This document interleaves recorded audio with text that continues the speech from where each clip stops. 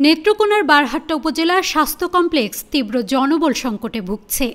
50 শয্যা বিশিষ্ট এই হাসপাতালটি গত 2 বছর আগে প্রশাসনিক অনুমোদন পেলেও এখনও জনবলের অনুমোদন পায়নি। এতে স্বাস্থ্য সেবা কার্যক্রম মারাত্মকভাবে ব্যাহত হচ্ছে।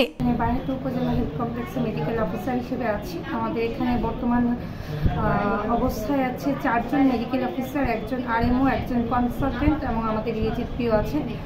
কিন্তু বর্তমানে আমাদের যে অবস্থা আর কি, মেডিকেল অফিসার আমাদের যে কয়জন থাকার কথা তার অর্ধেকেরও অনেক কম আছে। এই 4 জনে তো আমরা ইমার্জেন্সি ম্যানেজমেন্ট করতে পারতেছি না।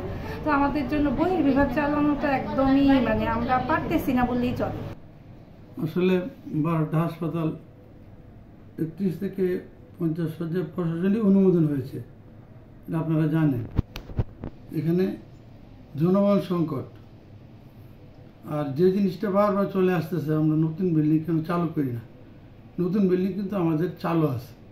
নিচতলায় আমাদের outdoor consultant room, dental, IMCI, NCD corner, telemedicine এবং স্থায়ী টিকাদান কেন্দ্র এবং ফ্যামিলি প্ল্যানিংয়ের কার্যক্রম চালু আছে।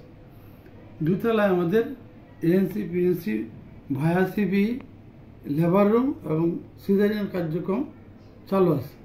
3 তলায় আমাদের কনফারেন্স রুম চালু আছে, ফিল্ড স্টাফদের একটা রুম আছে কনফারেন্স, এটাও চালু আছে, নার্সিং সুপারভাইজারের রুমও চালু আছে এবং সমাজ সেবা কার্যক্রম এবং আমাদের এসআই সাহেবের জন্য রুম আছে। কিন্তু কেবিনগুলো আমাদের চালু আছে। এটা 325 টাকা বরাদ্দ নিয়ে যেগুলো থাকতে পারবে অগ্রিম দিয়ে, যে সিস্টেম মতো, সরকারি বিধান মতো। কিন্তু উপরে যে 14 বেড, এটা আমরা বিদ্যমান জনবল দিয়ে চালু করতে পারতেছি না। এই কারণে এখানে অবকাঠামোগত সমস্যা আছে। আমার 2 তলায় হচ্ছে মেল ওয়ার্ড, ফিমেল ওয়ার্ড, শিশু ওয়ার্ড, ডায়রি ওয়ার্ড, লেবার। কিন্তু আমার বিদ্যমান যে জনবল, এই জনবল এবং সিকিউরিটি সব কিছু মিলে 3 তলায় আমার আলাদা জনবল দেওয়ার প্রয়োজন হয় এটা চালু করতে গেলে। 2 বার চালু করে ব্যর্থ হয়েছি। এখন তো ম্যান পাওয়ার আগের আরও অর্ধেক অন্তাড় হয়ে গেছে। কাজেই এই বিল্ডিং নিয়ে যে বারবার যে কথাটা আসতেছে, নতুন বিল্ডিং কেন এটা চালু হচ্ছে না, এখানে বেসিক সমস্যা হচ্ছে অবকাঠামোগত একটা সমস্যা। আমাদের পুরান বিল্ডিং 2 তলায় ওয়ার্ডগুলো, নতুন বিল্ডিং হচ্ছে 3 তলায়।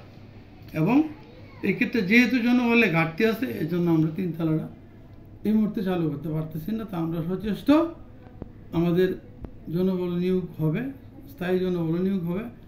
আউটসোর্সিংয়ের বাড়তি 11 জন, যেটা বলে 50 শয্যা হলে আমরা আরও 11 জন আউটসোর্সিং জনবল পাবো। এইটা পাইতে দেরি হইতে পারে, কিন্তু আমাদের এই জনবল পার্মানেন্ট জনবলটা হচ্ছেন, এটা আমরা একটা সিস্টেমের মধ্যে চলে আসছে, হয়তো তাড়াতাড়ি হয়ে যাবে। জনবল আসলে আমরা ইনশাল্লাহ এটা চালু করতে পারবো। পাশাপাশি আপনারা জানেন যে অনেক সংখ্যক নার্স নিয়োগ প্রক্রিয়া সম্পন্ন হয়েছে এবং ডক্টর একটা স্পেশাল বিসি আছে, ডক্টরদেরও ভাইভা চলতেছে। এটা হয়ে গেলে ডক্টররা চলে আসবে, তখন হয়তো আমরা অবশ্যই এটা চালু করব এবং এটা আমরা আশাবাদী।